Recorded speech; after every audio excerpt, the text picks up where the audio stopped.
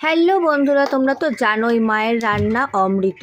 আর যেই মেয়েদের বিয়ে হয়ে যায়, বাপের বাড়ি চলে যায়, মায়ের রান্না খুব কমই পায়। রোজই বাড়িতে রান্না করে খাই। আজকে মাকে বলেই দিয়েছিলাম আমি যাচ্ছি অনেক দিন পর, তোমার হাতের রান্না খাবো। তো মা কি কি রান্না করেছো একটু তুমি বলো তো। দেখতে পাচ্ছি লাল শাক ভাজা, মাছ ভাজাটা আমার ছেলের জন্য। লাউ ঘন্ট, চিংড়ি মাছ দিয়ে দেখাও দেখাও দেখাও, সামনে নিয়ে আসো। মাছের ঝোল, এখানে আছে চিংড়ি মাছ দিয়ে লাউ ঘন্ট। আহা, যতই এসব নিজে রান্না করি, মায়ের রান্না আহা আলাদা। আর এই মায়ের এই স্পেশাল মাছের ঝোলটা, মা কিন্তু আজকে আমাকে বলেছিল মাছের ঝোলটা তুই বানা। আমি বললাম না, তোমার মাছের ঝোলটাই খাবো। মাছের ঝোল তো আমি বাড়িতেও রান্না করে এসেছি।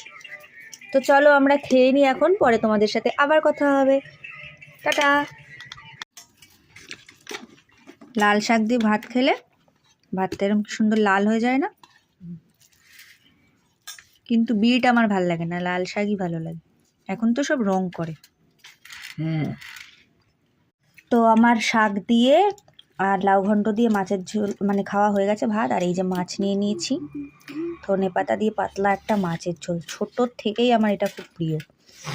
আমার বড়কেও এরমভাবে করে দিই, আমার বড় এটা এখন খুব ভালো খায়। শুধু আলু দিয়েছে, সবজি, তাই না মা?